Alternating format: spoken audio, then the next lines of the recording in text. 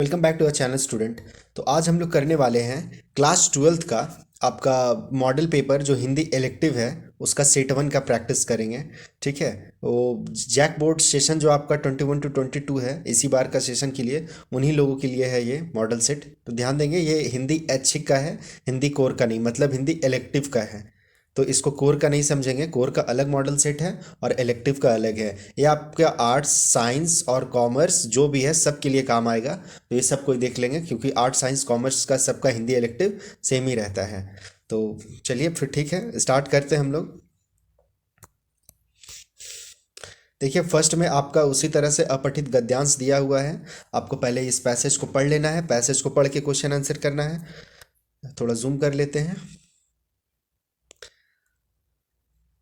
देखिए दिया हुआ है कि विज्ञान की प्रगति से आधुनिक सुख साधनों में पर्याप्त वृद्धि हुई है। इन साधनों के उपयोग से मानव बुद्धि कुंठित हो गई है। इसके असंतुलित उपभोग से मनुष्य का शारीरिक और तथा मानसिक स्वास्थ्य विकृत हो गया है। अब बता रहा है कि विज्ञान जब प्रगति किया है तो सुख साधन में तो बहुत तरह का वृद्धि हुआ है। ठीक है। और इन साधनों का उपयोग से मानव कुंठित हो गया, मतलब आदमी जो है, मानव का जो बुद्धि है वो कुंठित हो गया, एकदम सुस्त जैसा हो गया है। इसके असंतुलित उपभोग मतलब विज्ञान का ज़्यादा उपभोग करने से मनुष्य का शारीरिक तथा मानसिक स्वास्थ्य विकृत हो गया है। यानी मनुष्य का जो शरीर शारीरिक क्षमता मानसिक क्षमता है वो कम हो गया है। मनुष्य के सामने एक विकट समस्या है कि इन विकट परिस्थितियों में जीवन में वास्तविक और अस्थायी सुख उपलब्ध कराने के लिए क्या उपाय किया जाए। एक ही रास्ता दिखाई पड़ता है, भौतिक और आध्यात्मिक उन्नति में संतुलित सामंजस्य स्थापित करना। ठीक है। तो यही एक सर्वोत्तम उपलब्धि औषधि है जिसके बल पर विज्ञान जनित समाज में व्याप्त अनेकानेक बुराइयों से मुक्ति मिल सकती है। तो मतलब यहाँ पे बता रहा है कि विज्ञान जितना तरक्की कर रहा है उससे बहुत सारा समस्या भी है। तो उस समस्या से मुक्ति कैसे मिले, समस्या से दूर कैसे हो, इसी से संबंधित आपका गद्यांश दिया हुआ है। अब देखते हैं हम लोग इसका प्रश्नोत्तर को। फर्स्ट में दिया हुआ है कि विज्ञान की प्रगति से किसमें वृद्धि हुई है। तो किस चीज़ में वृद्धि हुआ है। तो देखिए आधुनिक सुख साधनों में वृद्धि हुआ है, तो आप इसका बी नंबर चूज कर लीजिएगा, आधुनिक सुख साधनों में। अब सेकंड क्वेश्चन देखते हैं।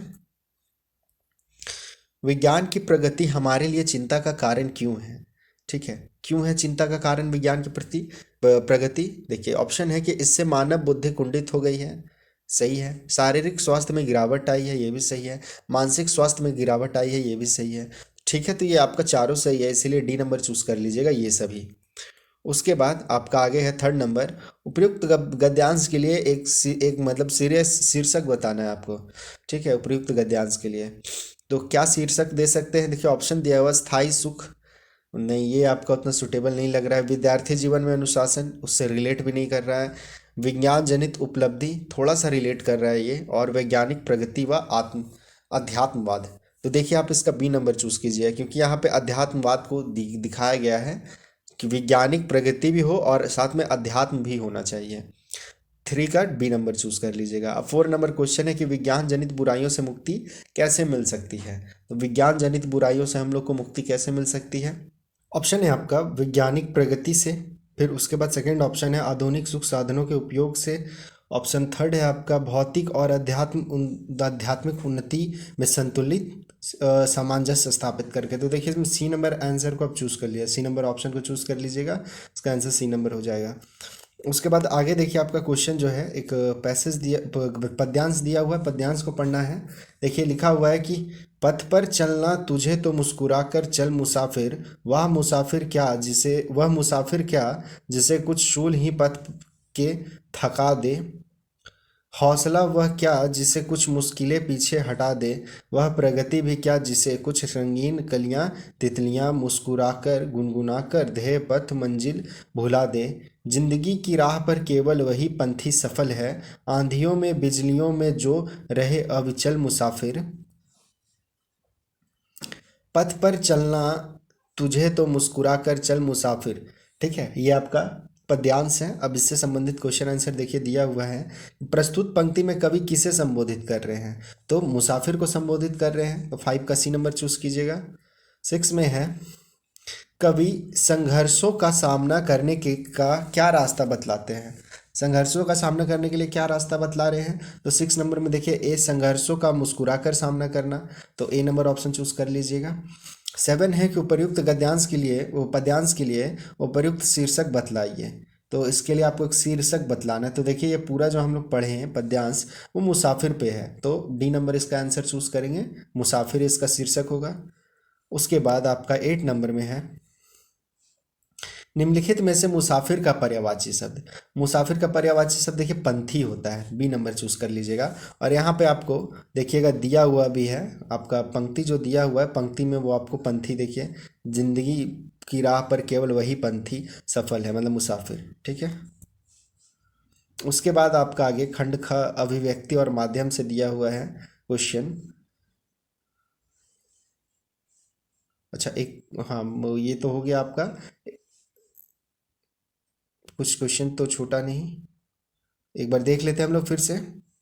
ये हो गया आपका 6 नंबर भी हो गया। 6 नंबर में क्या किए थे हम लोग, किसका भी संघर्षों का सामना कर क्या रास्ता बतला रहा है, तो मुस्कुरा कर सामना, ठीक है। 6 नंबर भी हो गया।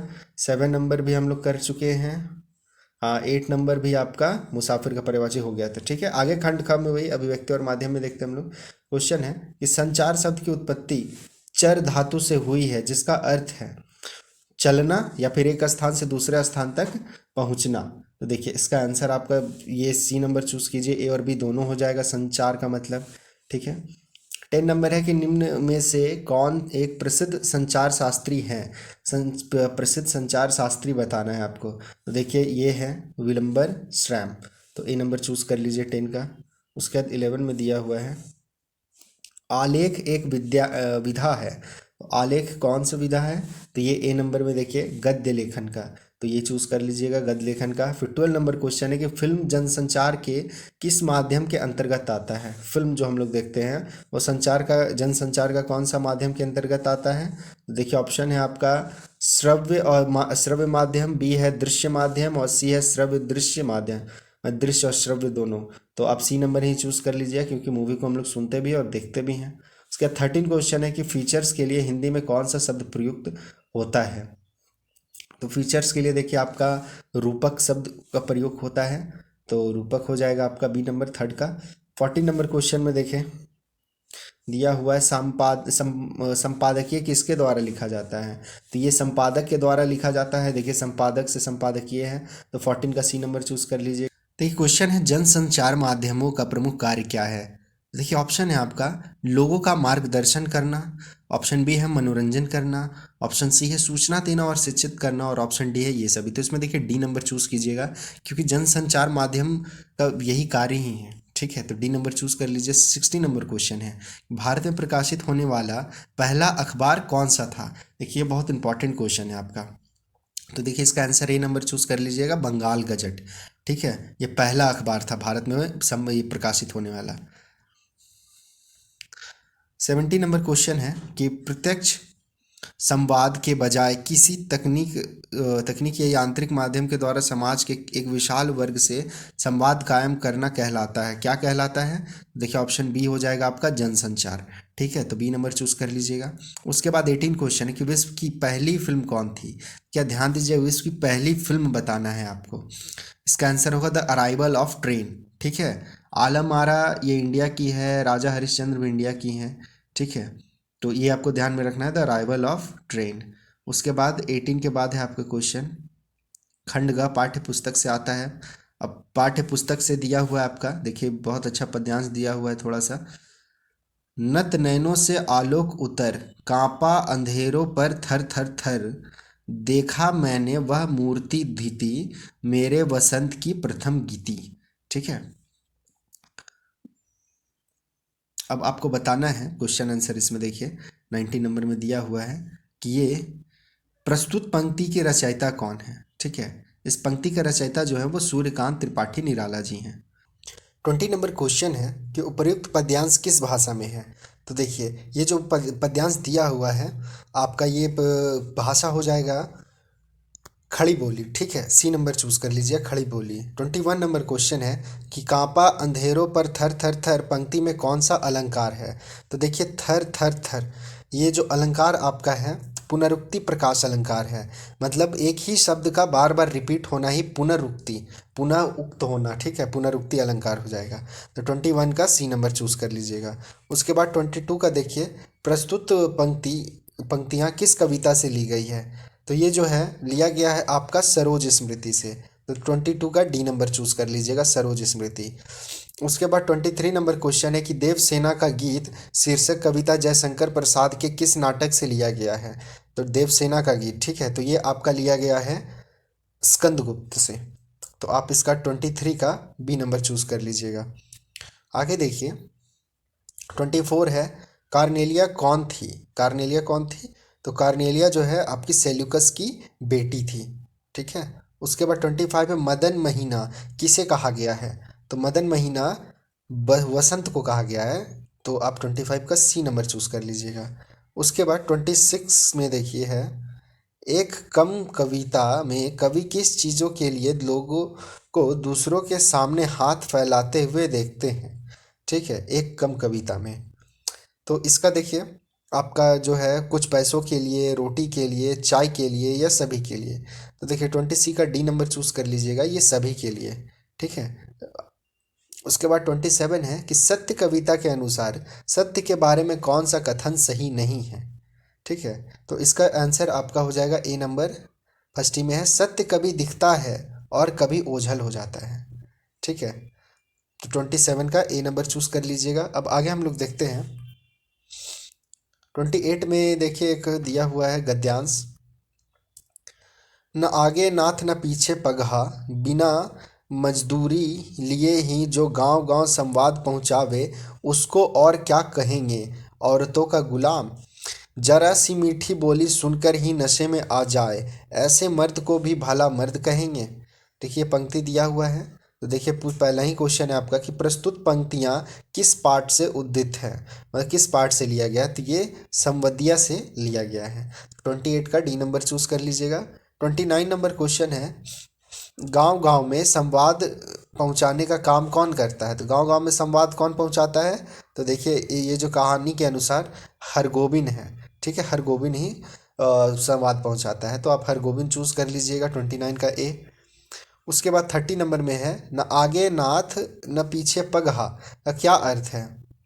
तो देखिए इसका अर्थ हो जाएगा कोई जिम्मेदारी ना होना, ठीक है, ना आगे है ना कोई पीछे है, तो कोई जिम्मेदारी नहीं है। जो बोलते हैं ना एक मुहावरा, बिन पेंदी का लोटा, उसी टाइप का कुछ ये भी एक तरह का मुहावरा है, ना आगे नाथ ना पीछे पगा। तो सी नंबर चूज कर लीजिएगा 30 का। फिर 31 में देखिए, इनमें से कौन सा शब्द विशेषण है। तो इसका ऑप्शन देखिए आप चूज कर लीजिए बी, गुलाम, ठीक है, गुलाम।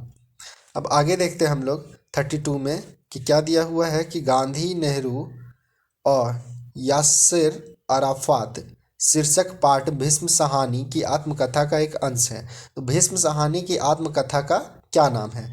भीष्म साहनी की आत्मकथा का नाम बताना है आपको। तो देखिए वो है आज के अतीत, ठीक है, ये ध्यान में रखना है आपको। भीष्म साहनी की आत्मकथा का नाम है आज के अतीत। उसका 33 है, बड़ी बहुरिया क्या खाकर अपना दिन काट रही थी। तो बड़ी बहुरिया जो थी वो बथुआ का साग खा के दिन काट रही थी। तो 33 का डी नंबर चूज कर लीजिएगा। 34 में है कि लेखक रामचंद्र शुक्ल के पिताजी किस ग्रंथ को बड़े चित्ताकर्षक ढंग से पढ़ते थे, ठीक है। तो देखिए वो रामचरितमानस और रामचंद्रिका दोनों पढ़ते थे। तो सी नंबर चूज कर लीजिए, ए और बी दोनों। 34 का सी हो जाएगा। 35 में देखिए, मोहल्ले के लोग लेखक एवं उनके मित्रों को किस नाम से पुकारते थे। तो मोहल्ले के लोग जो है उन्हें निस्संदेह लोग के नाम से पुकारते थे, ठीक है। तो 35 का ए नंबर चूज कर लीजिएगा।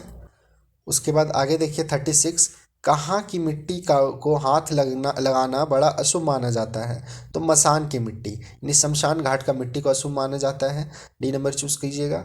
37 है, प्रेमचंद उर्दू में किस नाम से लिखते थे। तो देखिए उनका जो है धनपत राय के नाम से ही लिखते थे। तो 37 का ए नंबर चूज कर लीजिएगा। आगे देखते हैं 38 में है, सूरदास की झोपड़ी शीर्षक पाठ किस उपन्यास का अंश है। सूरदास की झोपड़ी, तो देखिए ये आपका रंगभूमि से लिया गया है। ये प्रेमचंद्र का ही एक उपन्यास है रंगभूमि, उसी से लिया गया है सूरदास का ही झोपड़ी, ठीक है। 38 का भी हो जाएगा। 39, चूल्हा ठंडा किया होता तो दुश्मनों का कलेजा कैसे ठंडा होता।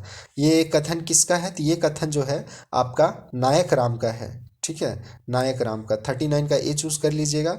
उसके बाद आपका 40 नंबर है कि सुभागी भैरव से डरकर रात भर कहाँ छिप कर बैठी थी।